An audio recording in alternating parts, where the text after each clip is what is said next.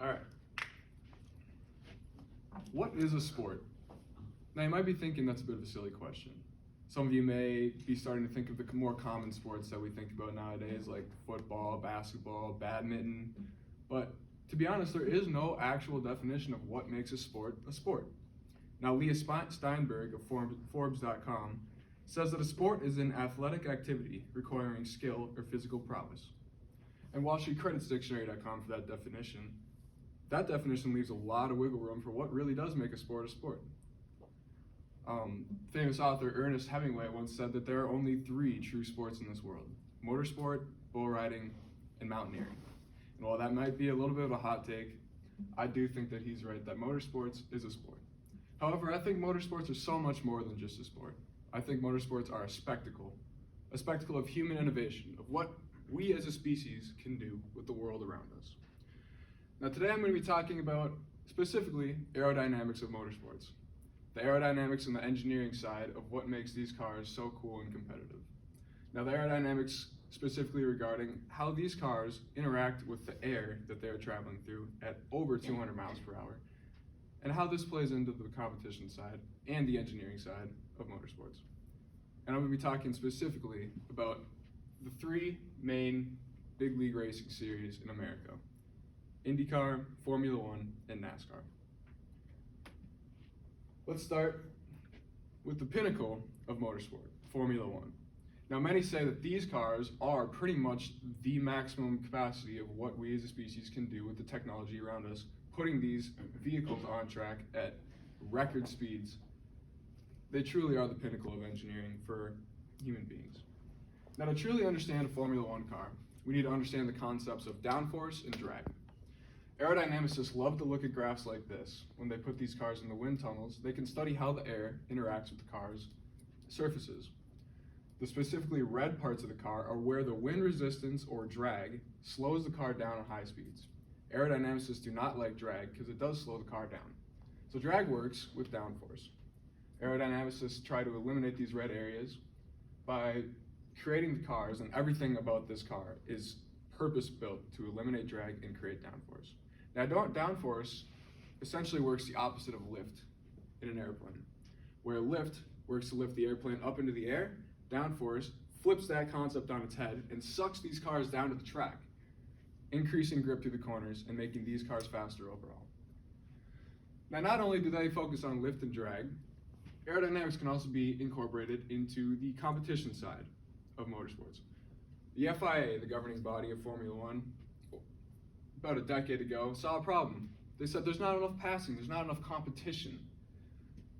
These cars are basically just becoming an engineering project and not an actual car race. So in order to increase passing, they devised a device, the drag reduction system. Basically, a flap on the rear wing opens, allowing air to freely flow through the rear wing, not hitting the rear wing. And while that might not look like a big deal, Jos van Winderen of GPFans.com says that these cars can gain an estimated 10 to 15 miles per hour in DRS zones on the car in front of them, increasing passing. And while that might not seem like a big deal, at high speeds, it is a big deal, and it does increase passing. So aerodynamics can be manipulated in many ways on these cars for many different reasons. All right, now that we've talked about Formula One, let's move on to a more American racing league, IndyCar. Now you might be thinking, IndyCar's Formula One, same thing, right? And while they are both single-seater, open-wheel racing cars, that's where their similarities end. On the top, you have a Formula One car. On the bottom, you can see here's an IndyCar. IndyCars are lighter, sleeker, and less powerful. But where they lack in power, they make up for in aerodynamics. While an IndyCar has 300 less horsepower than a Formula One car, it can go, according to Anna Duxbury of Autosport.com, 237 miles per hour. About 15 miles per hour faster than a Formula One car. So that just shows how important aerodynamics can be in motorsport. Now let's take, for example, the Indianapolis 500.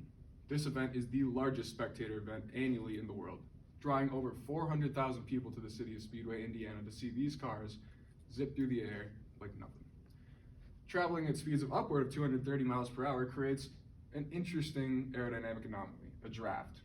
Basically, these cars follow the leader because this lead car is eliminating all the wind resistance for the cars behind, making these cars faster and kind of keeping them tight together in sort of a pack, making the racing both entertaining and very cool to look at from an engineering perspective. Now, in lieu of this, let's move on to our final topic, NASCAR. And while turning left might seem dumb to most people, there is more to NASCAR that meets the eye. These cars are bigger, heavier, and fast as well, reaching upwards of 210 miles per hour on some tracks. They punch a huge hole in the air, meaning that the car behind, as you can see from all this turbulent air, doesn't have as much wind resistance as the lead car would have.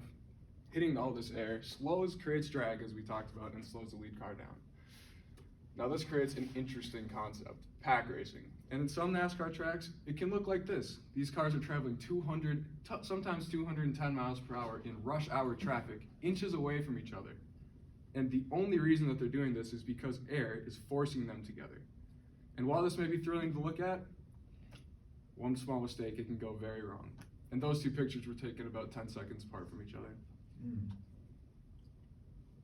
All right, so now that we've talked about the three main forms of motorsport, NASCAR, IndyCar, and Formula One, we can see that air, while it plays different roles for each motorsport, plays an equally important role in every form of motorsports.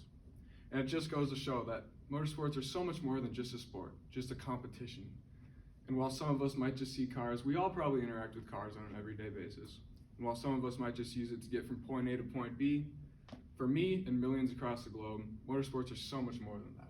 Cars can be a spectacle of human innovation, of what we as a species can do with technology. And sometimes it goes to show that there is more to this world than just what meets the eye.